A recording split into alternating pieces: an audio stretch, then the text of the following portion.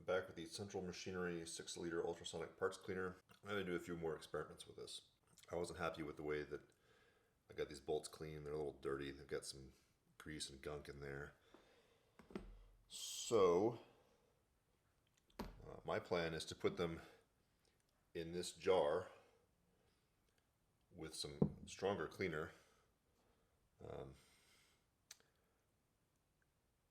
and see if we can get them clean without getting all of the rest of the water gunked up with, I think I'll use Purple Power. I've got Purple Power and Simple Green here.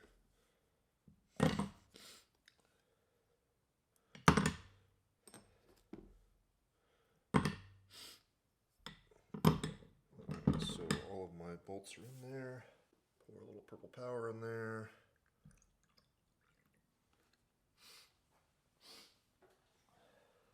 Okay, so now I've got my container with some Purple Power on my bolts. This is just a salsa jar. We'll see how this works. Put it in there. Fill the rest of the space up with some water.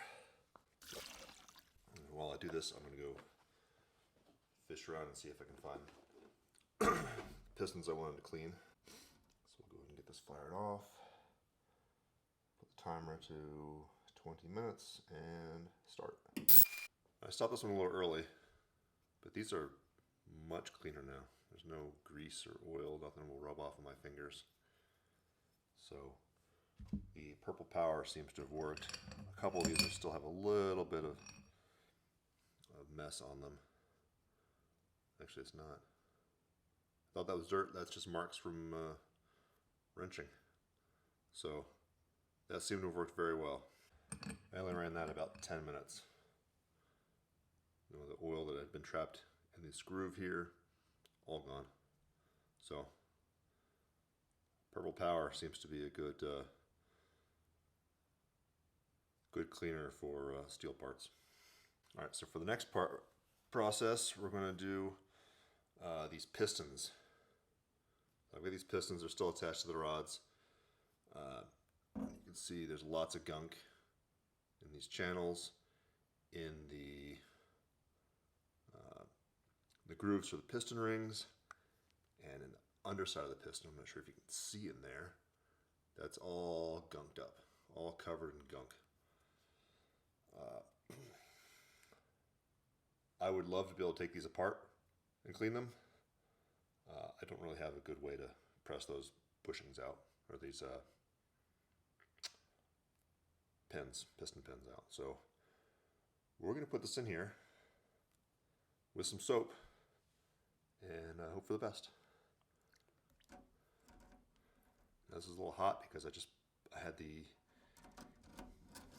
heated water on there for a little bit. It's mostly submerged. I'll put a little more water in there.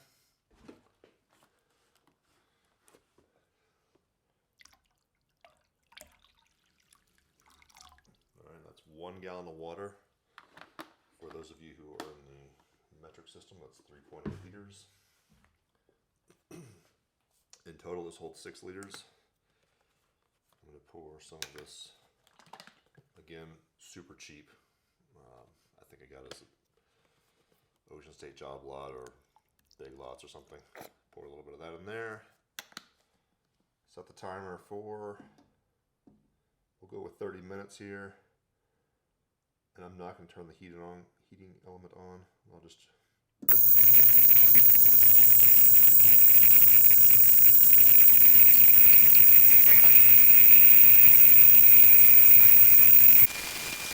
So this is the piston and rod combination here.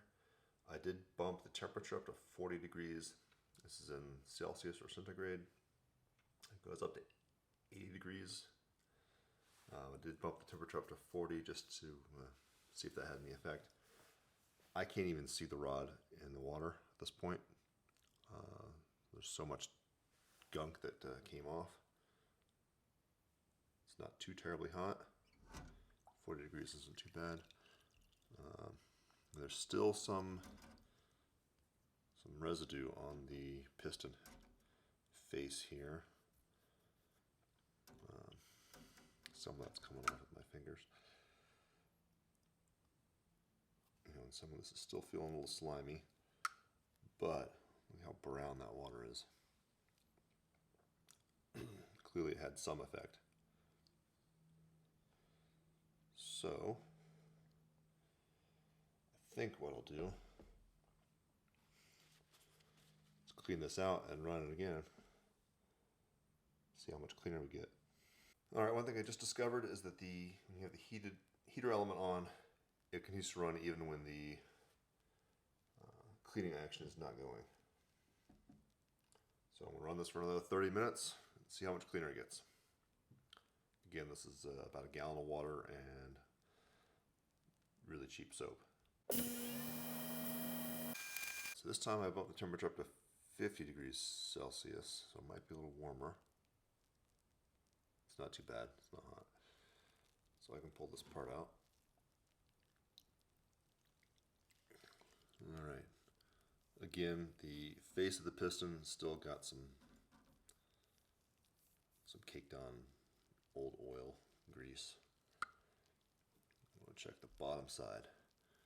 Inside the piston here though, this looks great. It is pretty clean in there. You could probably do a better job if you took the rod out. But again, I don't have a way to press that out right now. So I'm pretty happy with that. I will probably, the ring areas look pretty good. Needs to be rinsed off pretty well. And then I'll see what I can do about cleaning up the rest is caked on grease. I can't rub it off, so it's on there pretty good.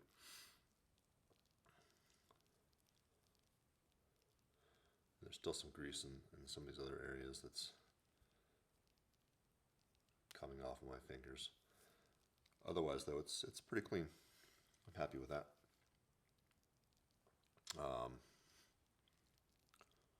The water's brown, but not completely dark. I can see the tray on the inside. I can see the metal screen. So the next thing I'm going to try is some valve train hardware. All right, put some of this valve train hardware in here. Dog bones. For some reason I only have 5 of these, and I should have 6. They're a little greasy and gunked up. Lifters. These are roller lifters. That's what they're called.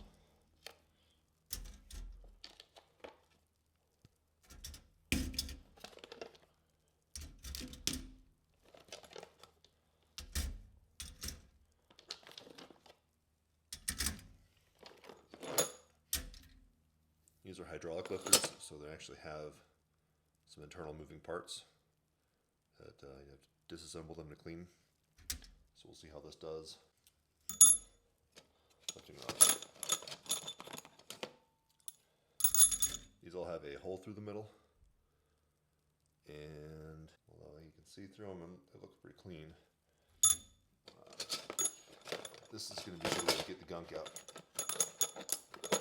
Some of these are a little rusty, need to be cleaned up a little bit. I don't really have a good way to measure this purple power stuff, so I'm going to put a little bit in here and then fill the rest with water. Set the timer for 30 minutes. Do 50 degrees again. Start that. Okay, so I ran purple power with the valve train parts. I threw these in as well. These are little spider hold downs that keep the roller lifters in line. I think the biggest problem now is going to be flash rust. Right? Most of the oil is cleaned off of these parts. There's still a little bit of gunk on some spots, but for the most part, the oil's cleaned off of these. So the bare steel surfaces are going to be subject to rust now. So I'll have to figure out how to clean those up. Maybe put some WD-40 on them. But I think that worked okay. These are probably serviceable. They're probably okay to put in an engine now. I haven't decided yet whether or not I'm going to replace these with new parts, but we'll see.